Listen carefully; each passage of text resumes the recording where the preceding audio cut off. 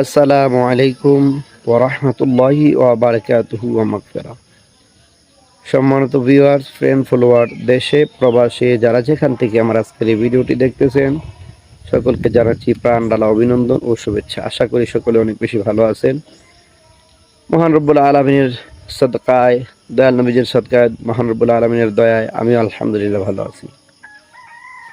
আজকে যে ভিডিওটি নিয়ে আপনাদের মাঝে উপস্থিত হয়েছি, সেই ভিডিওতে বলবো আল্লাহ নবী সাল্লাল্লাহু আলাইহি ওয়াসাল্লাম স্বপ্ন যুগে যা দেখেছেন তা বর্ণনা করেছেন নবী করিম সাল্লাল্লাহু আলাইহি ওয়াসাল্লামের একজন স্ত্রী হযরত উম্মে সালমা রাদিয়াল্লাহু তাআলা আনহার কাছে। আসুন আজকে এই বিষয়গুলা, আজকের এই হাদিসের বর্ণনা জেনে নিই। হযরতে উম্মে সালমা রাদিয়াল্লাহু তাআলা আনহা তিনি বলেন, একদা আল্লাহ রাসূল সাল্লাল্লাহু আলাইহি ওয়াসাল্লাম ঘুমের ঘোর থেকে হঠাৎ করে আচমকা জাগ্রত হয়ে বলতেছেন, সুবহানাল্লাহ, সুবহানাল্লাহ, সুবহানাল্লাহ। তখন হাফসা রাদিয়াল্লাহু তাআলা তখন আল্লাহ রাসূল সাল্লাল্লাহু আলাইহি ওয়াসাল্লামের কাছে জানতে চাইলেন, ইয়া রাসূলুল্লাহ, হঠাৎ আপনি আচমকা ঘুম থেকে উঠে সুবহানাল্লাহ, সুবহানাল্লাহ বলতে লাগলেন, কারণ কি? আল্লাহ নবী তখন হযরত উম্মে সালমাকে ডেকে বললেন যে, আমি দেখেছি আল্লাহর তরফ থেকে অনেকগুলো গজব আল্লাহ তাআলা নাজিল করে দিয়েছেন এবং অনেকগুলো রহমত পাঠিয়েছেন।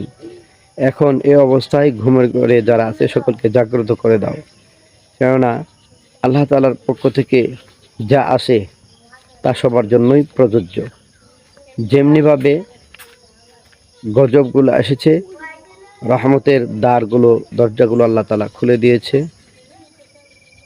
তো আমাদের উচিত আমরা যেন আমার উম্মতরা যেন রহমতগুলো গ্রহণ করে আর গজবগুলো থেকে নিজেদেরকে হেফাজত রাখতে পারে। সেই জন্য আল্লাহ তাআলার গুণকীর্তন, আল্লাহ তাআলার গুণবাচক নামগুলো জপন করতে হবে। তাসবিহ তাহলিলের মাধ্যমে আল্লাহকে খুশি করতে হবে, আল্লাহর মন জয় করতে হবে। তাহলে আল্লাহ তাআলা গজবগুলাকে বান্দাদের জন্য নরম করে দিয়ে, হালকা করে দিয়ে কাটিয়ে দিতে পারে।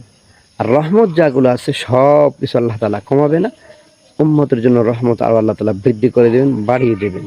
সেই জন্য প্রত্যেকেই জাগ্রত হয়ে যাও এবং আল্লাহর দরবারে শুকরিয়া আদায় করো যে আল্লাহ তাআলা আমাদেরকে এর চাইতে আরো বড় গজব, বড় আযাব দিতে পারতেন এবং রহমতের দরজা বন্ধ করে দিতে পারতেন। কিন্তু আল্লাহ রাসূল সাল্লাল্লাহু আলাইহি ওয়াসাল্লাম বলেন, আমার উম্মতদেরকে আল্লাহ তাআলা ভালোবেসে গজবগুলো দিয়েছেন তাদের শাস্তি স্বরূপ এবং রহমতগুলো দিয়েছেন তাদের উপহার স্বরূপ। তো আমার উম্মতেরা যদি ভালো কাজ করতে পারে, আল্লাহ তাআলা রহমতগুলাকে আরো বাড়িয়ে দিবেন এবং গজবগুলাকে আল্লাহ তাআলা পরিবর্তন করে রহমতে পরিবর্তন করে দেবেন, গজবগুলাকে বন্ধ করে দেবেন। কত সুন্দর কথা আল্লাহ নবী বুঝিয়ে দিয়েছেন। আপনি আমি তো জানলাম যে গজব আযাব যেগুলো আছে সেগুলা আল্লাহর গুণবাচক নাম জপন করলে এগুলো কর্তন হয়ে যায়, রহমতে পরিণত হয়ে যায়। আসুন আমরা ভিডিওটা শেয়ার করে দিই, সকলের কাছে পৌঁছে দিই, সকল যেন আমলটা করতে পারি। ভালো থাকুন সবাই। আসসালামু আলাইকুম রাহমাতুল্লাহি ওয়া বারাকাতুহু।